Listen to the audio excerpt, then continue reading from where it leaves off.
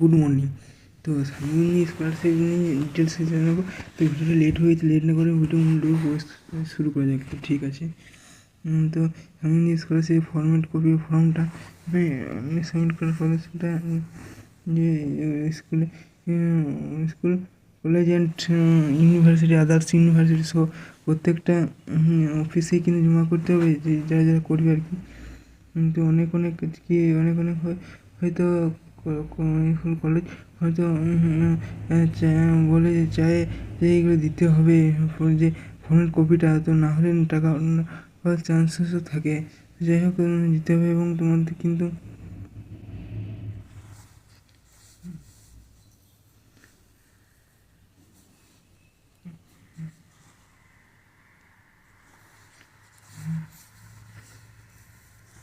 তো যাই হোক ফর্ম জমা করতে হবে, না হলে টাকা পাবে না। এটা একটা নতুন আপডেট উঠে এসেছে। তো যাই হোক সেটার সঙ্গে প্রত্যেকটা যে জেরক্স লাগবে, আধার কার্ডের জেরক্স, দিয়ে পরবর্তী মার্কশিট, যে মাধ্যমিক পাস করে যে 11 উঠেছে, তো সেই সেখানকার আর কি লাগবে, স্কুলের বা কোনো সেমিস্টারের মার্কশিট লাগবে। তো সে যে কোনো কোর্স করতে পারে এটসেট্রা। সে বিএ পাস কোর্স করতে পারে বা ডিপ্লোমা করতে পারে।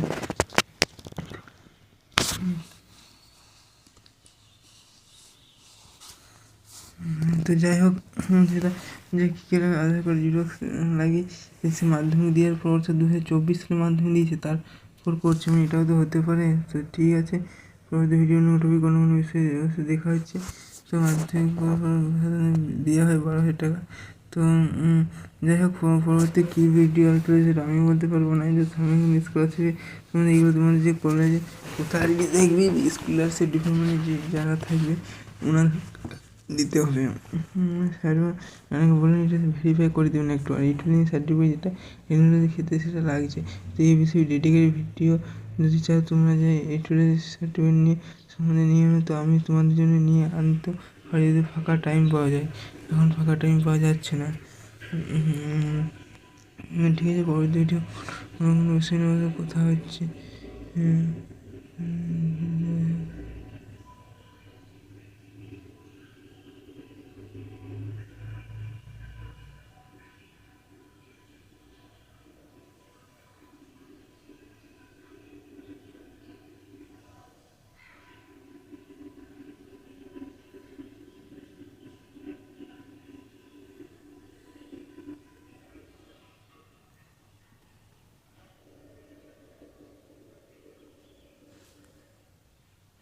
তো ঠিক আছে, পরবর্তী ভিডিও অন্য কোনো টপিক বিষয়ে দেখা হবে।